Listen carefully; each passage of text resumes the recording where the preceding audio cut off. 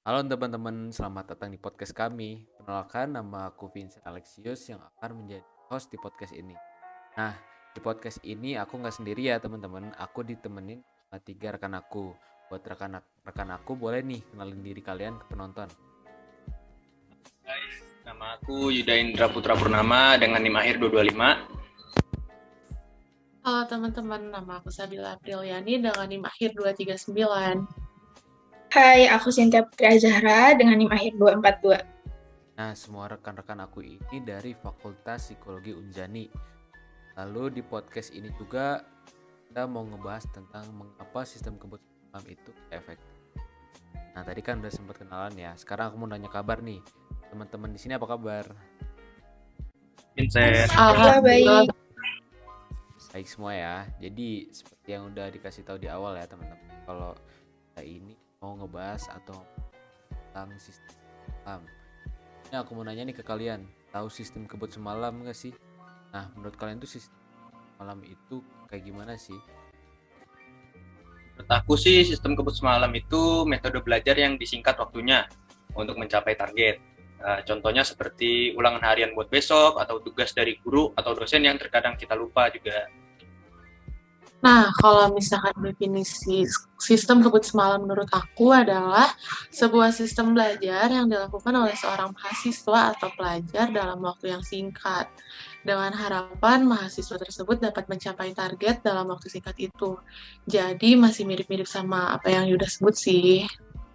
Menurut aku sistem kebut semalam itu sistem yang kita lakuin dengan harapan mencapai target dalam waktu semalam.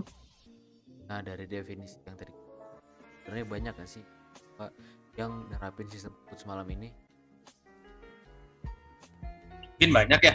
Bisa jadi dari perintah dosen atau guru yang meminta hasilnya tuh harus cepat. Banyak deh ya kayaknya, karena dilihat dari deadline yang dikasih sama dosen juga tuh kadang suka mepet.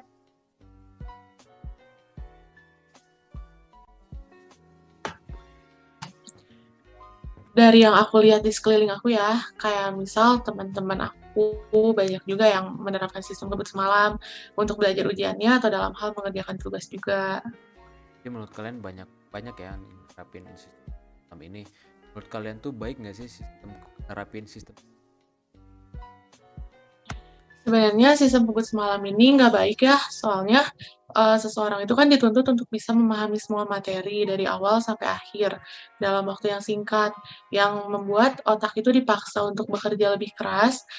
Selain itu juga, jika seseorang terus-menerus menerapkan sistem kebut semalam, maka akan terdampak gangguan memori pada otak, dan otak juga sulit menerima rangsangan dari luar. Artinya, otak itu akan lebih sulit menerima materi-materi yang kita pelajari jika dalam waktu yang singkat. Nah, itu kan menurut Sabil ya. Mungkin kenapa sistem kebut semalam ini menurut psikologi nggak baiknya kenapa sih? Karena jika menurut Benford dan Herman, saat kita menggunakan strategi memori, maka kita melakukan aktivitas mental yang dapat membuat kita meningkatkan pengkodaan dan pengambilan. Nah, dari situ jika kita menerapkan SKS, maka kita memaksa memori dan aktivitas mental bekerja lebih keras. Benar seperti yang dikatakan oleh Sabil. Itu ngomong-ngomong nih, belum ngebahas jauh dari dampak sistem malam ini. Sebenarnya kalian tuh nerapin juga nggak sih sistem kebut semalam ini? Kalau aku tergantung sih, kan kadang kita itu dikasih tugas ngedadak ya, terus deadline-nya juga mepet atau deadline-nya tuh barengan sama tugas lain. Jadi ya mau nggak mau harus nerapin sistem kebut semalam itu. Kalau aku tergantung dari situasi dan kondisinya, kayak deadline-nya mepet gak dengan tes kedinasan atau mepet gak dengan deadline tugas yang lainnya. Nah, betul ya yang dibilang sama Sabil juga Yuda. Mungkin kita bakal ngelakuin itu kalau dengan deadline mepet atau kalau kita ada suatu kegiatan yang membuat kita tuh kayak mau nggak mau ngelakuin sistem kebut semalam itu. Nah, oh gitu. Berarti kalian tuh melihat dari kondisi dulu ya. Tadi kan kalian tuh sempat mention strategi memori menurut Bransford dan Herman. Apa aja sih faktor yang dapat mempengaruhi strategi memori? Yang pertama itu ada level of processing, yang dimana menurut Esgate dan Grom, penelitian tentang level of processing ini menunjukkan bahwa kita akan mengingat informasi dengan lebih akurat jika kita memprosesnya di tingkat yang dalam, bukan di tingkat yang dangkal ya. Sama seperti dengan kita akan mengingat materi pelajaran lebih akurat jika tidak menerapkan SKS. Selanjutnya, yang kedua ini ada encoding specificity. Encoding merupakan proses penyerapan persepsi dari informasi yang didapat dan kemudian diubah menjadi memori organisme. Proses ini bisa terjadi secara tidak sengaja maupun disengaja. Nah, kalau ini sama halnya dengan proses penyerapan materi-materi dalam pelajaran yang dosen jelaskan dan kemudian diubah atau disimpan di dalam memori otak kita. Lalu yang terakhir itu ada overconfidence atau terlalu percaya diri, di mana kita terlalu percaya diri, maka kita akan cenderung mengurangi keakuratan dalam mengingat atau memprediksi suatu hal. Kita banyak juga ya faktor yang mempengaruhi. Nah, nggak cuma itu nih, strategi memori juga harus melalui beberapa latihan. Pertama itu ada the total time hypothesis. Nah, ini tuh ngomongin lah yang kita pelajari tergantung pada total waktu yang kita habiskan untuk belajar itu at least. Tapi kalau cuman baca materi berulang-ulang, latihan kayak gitu kayaknya nggak akan ngebantu juga ya. Nah, para peneliti ini nemuin nih bahwa variabel jumlah jam yang dihabiskan untuk belajar itu bukan cara yang baik untuk memprediksi nilai rata-rata siswa. Baliknya nih, waktu belajar itu memprediksi nilai rata-rata hanya ketika para peneliti juga menilai kualitas strategi studi. Itu pelan tuh. Nah, boleh yuk teman-teman bantu menyebutkan beberapa latihan dari strategi memori. Itu ada the distribute practice effect.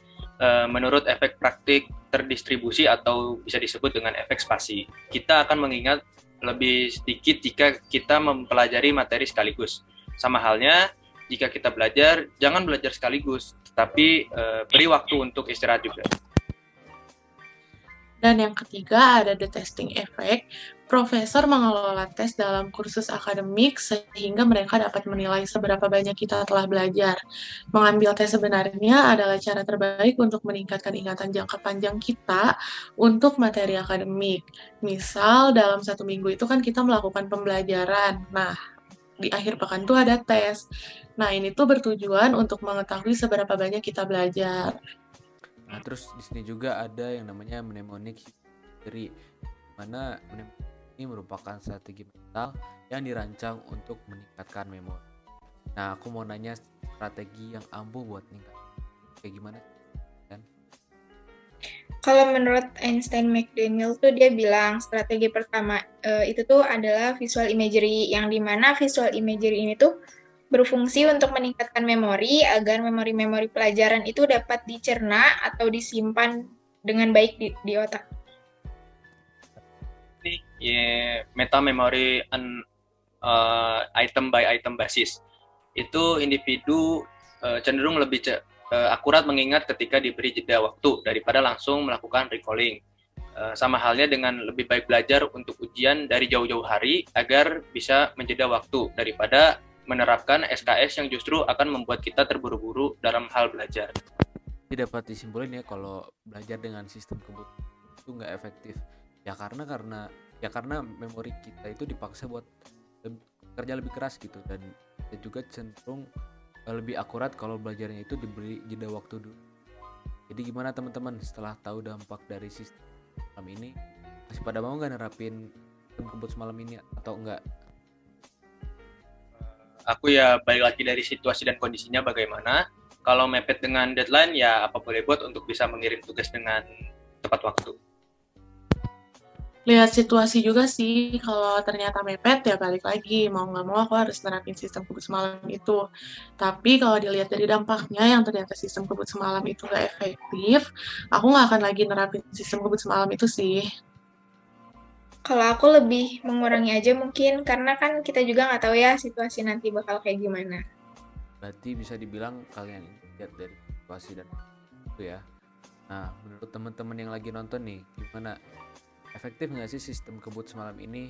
Jawab di kolom komen ya.